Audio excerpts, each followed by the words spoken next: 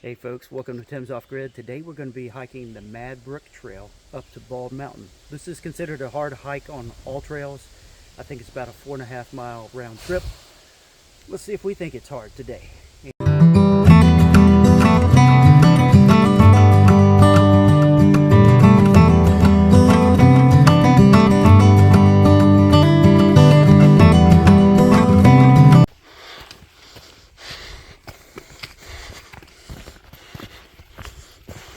started out walking through a field, and then we're walking up this kind of muddy trail.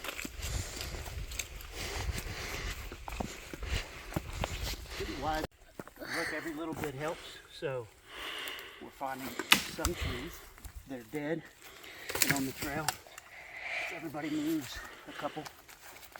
It's amazing what you can do. A little effort and teamwork. Tremendous amount of shade on this trail. You might want to wear long pants if you're worried about ticks, because there's a lot of brush that'll rub up against you. But so far the bugs aren't bad in the shade. Good amount of mud. We talked to some kids down at the bottom. They said look out for slippery rocks as we get up to the upper parts. When you do run into these areas that are muddier than most, you gotta try to stay on the trail to keep the trail at a finite width. We start going off trail. That's where the trail starts getting wider and wider. But it's beautiful. It's about 82 today. Mostly sunny, just a few clouds in the sky. Slight breeze. That might be helping to keep some of these insects off. So far we haven't seen any flowing water, but we can see these ditches on the sides and how they cross over the rainwater. I did bring the platypus in case we need to filter some water. So far so good, but 100% uphill since we started. And that may be why people consider this one hard, but the uphill so far isn't difficult.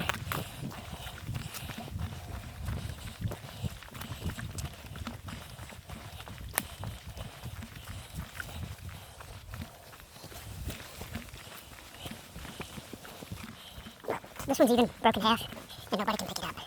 We will.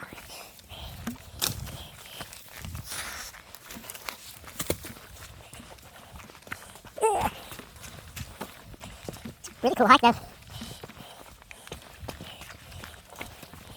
I think it's good that we didn't try to hike this yesterday with all the fresh rain all over everything. All right, we're about a mile and a quarter in, and we are going to go ahead and filter some water with our platypus. We found a really great place where the water's flowing very well.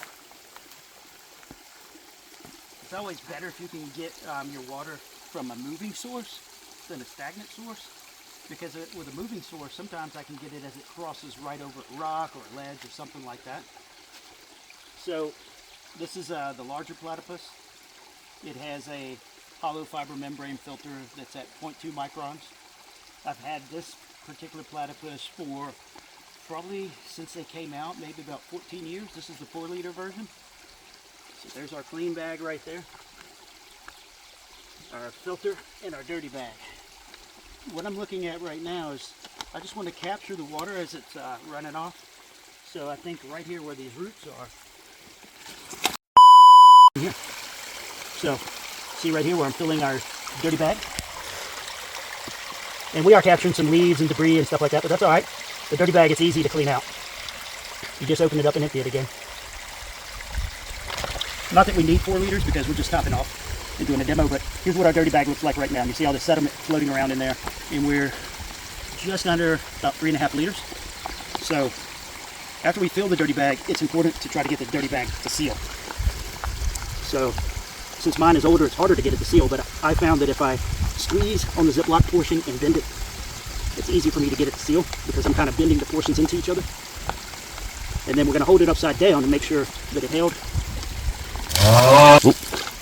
And it didn't. So, there we go. We will filter that out of our demo video.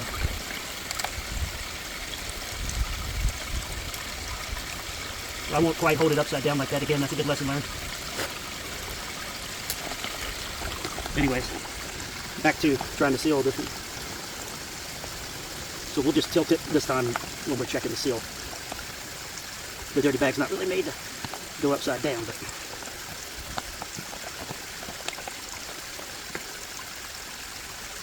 that's mostly sealed. A little bit coming out right there. All right. So next we want to find a branch to hang the dirty bag from. Almost could get there. Somebody didn't cut it off. We can hang it right here though. All right.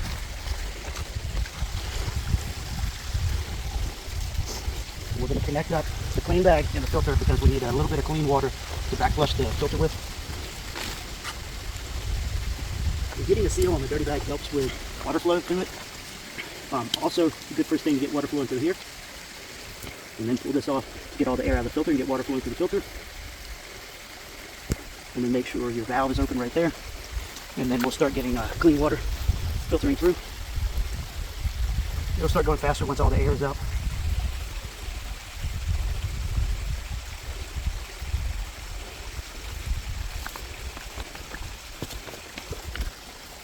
We'll probably get about a quarter of a liter and then we'll back flush. Back flush is important so we can get maximum flow through the platypus.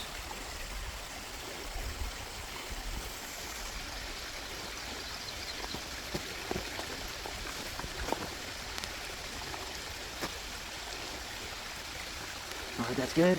We're going to disconnect from the dirty bag. And we're going to pull off from the dirty bag and put that piece right there.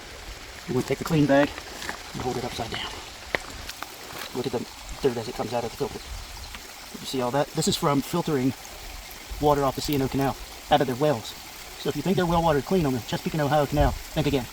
So you saw how much sediment and debris came out of that filter at the beginning and how slow it was filtering, and you see how much faster it's filtering now. That's why we'll back flush in the beginning so you get optimum flow rate. So we'll get connected back. We are at like 2 3/4 liter. We're back connected, valves open. Try to get air out of the filter right quick. Remember to pull off the top, get the air off the top, and pop back into the filter, get the air out of the filter. So try to go till you get a steady stream. Because any air in here slows down our filtering rate. So as you get all the air out, it'll filter faster because it's like a vacuum, especially with this sealed, and that's closed up right there. All right, valves open.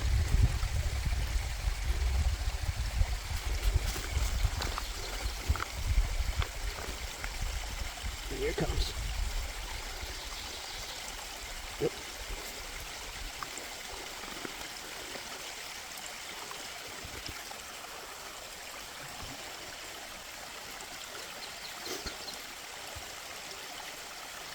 All right, we'll pause there while we're waiting for the clean bag to fill up. You see how all that worked? Yeah. Filtered through now.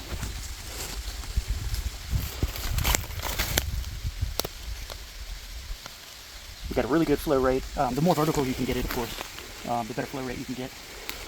Always make sure your valve is all the way open right there, your pinch valve.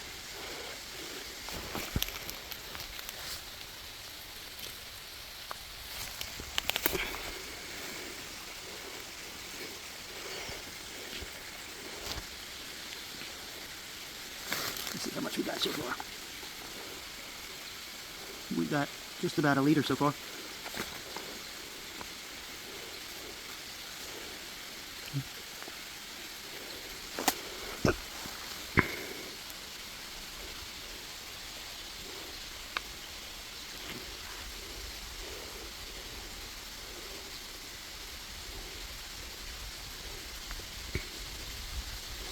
But you don't have to wait for it to go all the way through there. You can always pull it off right here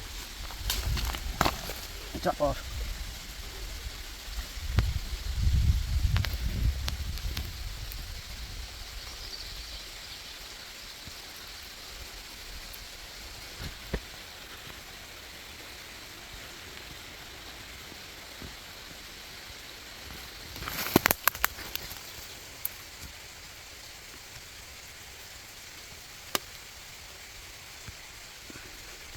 Anyways.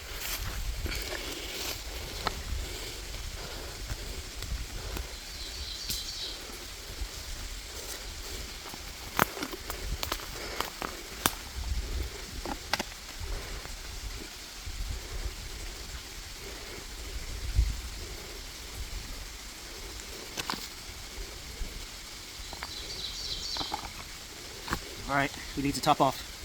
Bring your bottle over here. All right. We can filter all the dirty water, so you got to pull the filter off before you disconnect the clean bag, hang the clean bag up, open up your pinch valve. You can fill super fast into your water bottles from there.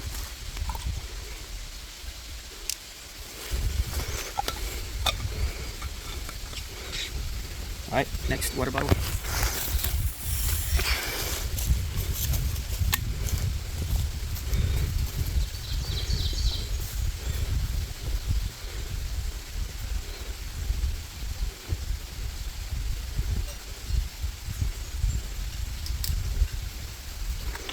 top off my canteen, and we should be good to go from there.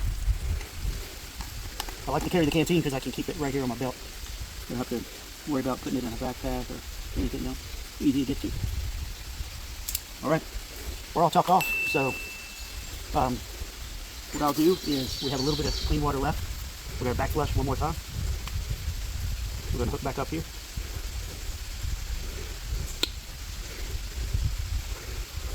Open up our valve, and let's see what kind of water we get coming out. Oh yeah, look at that. It was a little chocolatey at first when it came out.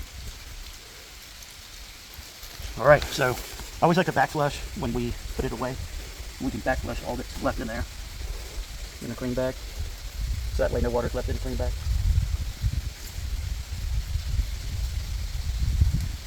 And then we'll empty the dirty bag and I'll pack everything up.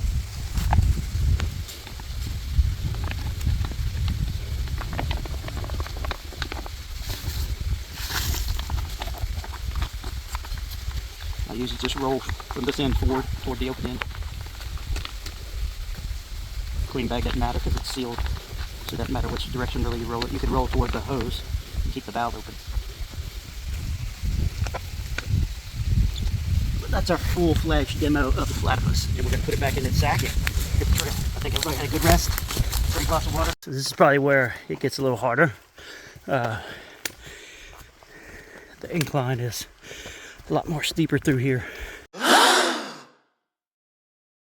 It's very well traveled, very popular trail. Some of those school-aged children that we passed earlier, they came out here in the school bus. At least 2 of them were hiking this trail barefoot. So we keep seeing footprints in some of the mud. But we're going to keep powering on. So check it out. That small footprint is from the barefoot human out here. So I don't know if that's like something native to this area in Vermont, or people just like to do that.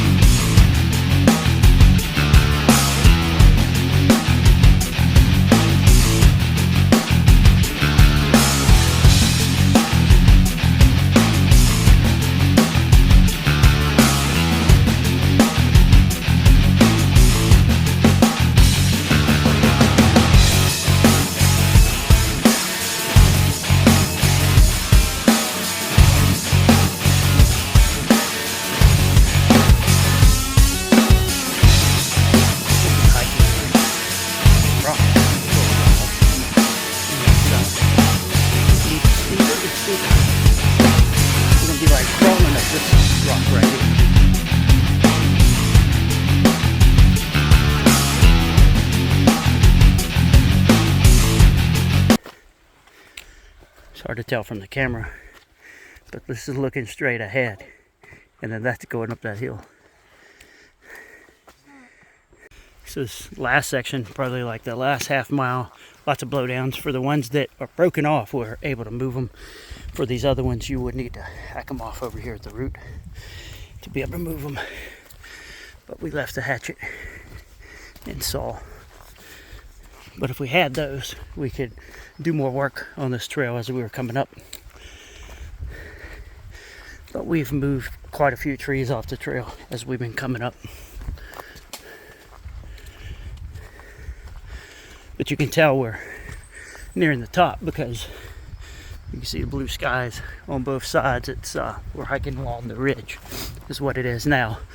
So you get the most wind across this ridge, and it'll snap these trees off. I don't know if, like this one here, it's still a bit green, but we can fold this one over out of the way. Now this kind of looks like hoof mark or something. Arrgh.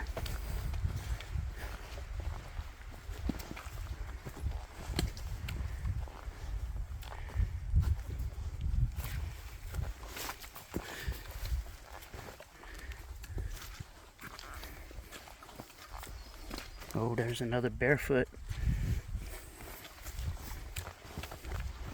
human.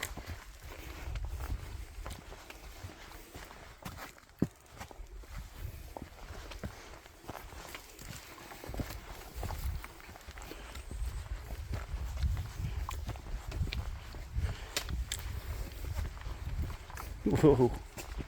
Yeah, this is where we could really have used the hatchet, saw, and all that. Get all this stuff out of here. This is how bad it's gotten up here towards the top, that you don't have a choice but to go off into the woods to go around some of the stuff. So you gotta be prepared for that. So we're gonna pop around through here where everybody else has been going. We cannot go through that.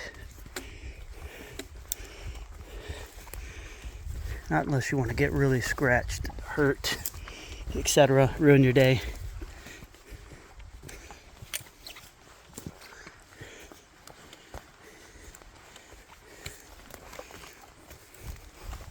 But it's been like one continuous rock ledge for like a mile. So when you read reviews that say the last mile is all rock to the top, it's not like gravel or rocks or boulders. It's like a rock ledge all the way.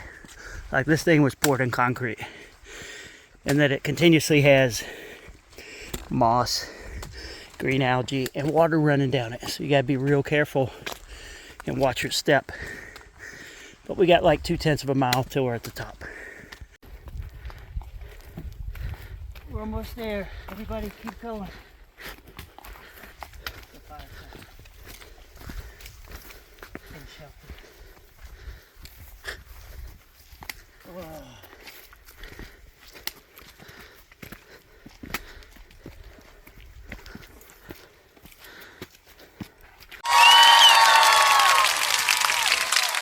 So we made a lot of stops.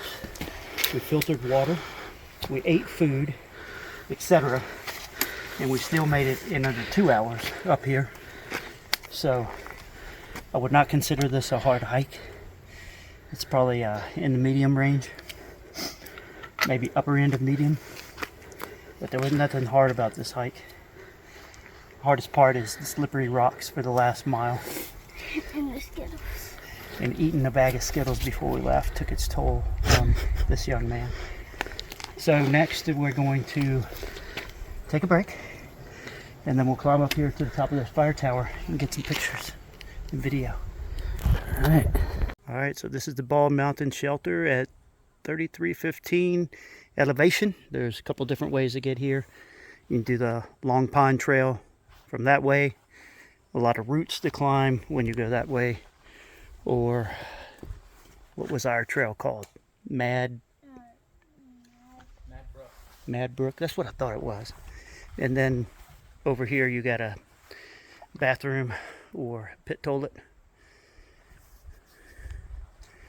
And then we'll take a look inside. But you can definitely come here to camp.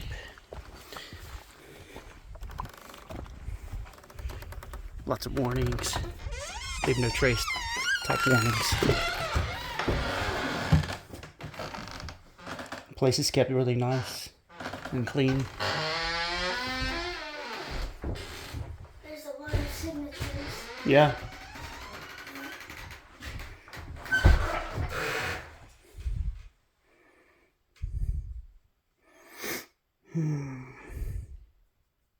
Moose Mountain Trail. Lots of cool trails here. We're probably going to do this Mount Pigsa Trail. Will be the next one that we do. There's Long Pond. So here's Bald Mountain. So here's the trail we did. Mad Brook Trail to come up here. You can also do Telegraph Trail or Long Pond. So I did Long Pond last 2 years ago. So we're doing this one today. And then our next hike should be over here on Mount Pixa. So I've got to figure out which one we'll do.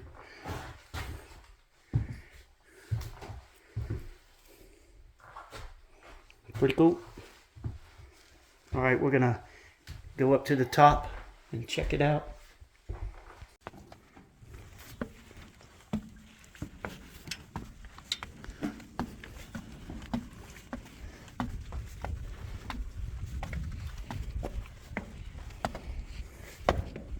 Look at that, just one flight up. You can already see pretty good. I can see the lake. Yeah. One of many. Vermont has many, many lakes.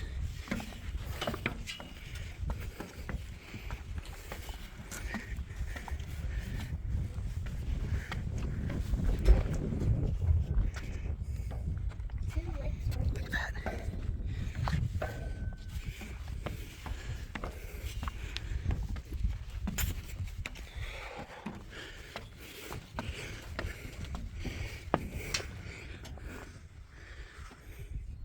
Just surrounded by lakes. No, over there too. There's a, Yep.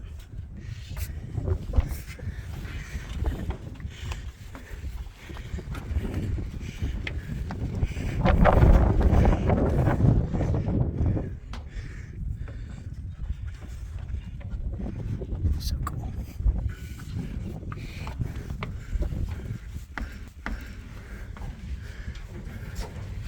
Uh-oh, somebody's shooting up here. Why would somebody shoot the fire tower?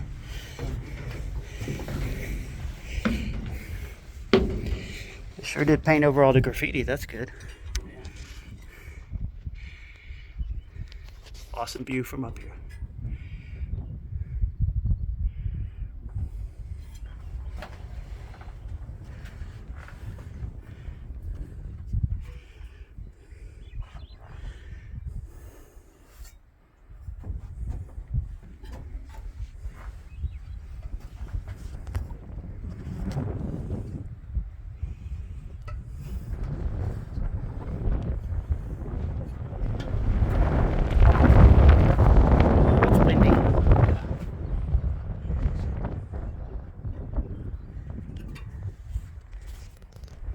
Don't forget when you leave the parking lot to come through here, this is all private property where the yurt is, and you'll stay on the trail and go through there. Well, we survived Bald Mountain via the Mad Brook trail, and this is the last part of the hike coming out. Check out that bench. I'd say it took us about 2 hours going up. We stopped and filtered some water on the way up, ate some snacks, and then it took us about less than an hour coming back down. So we were moving pretty good pace coming down. You got to be real careful coming down the slick rocks. So, but not too tough. Beautiful day out here. But this is the last section that you'll hike through this field where they cut a trail in the middle of the field. You got a yurt out here. Pretty cool. There's some cabins over in the distance. Enjoyed our hike. We're headed back to the parking lot. See ya.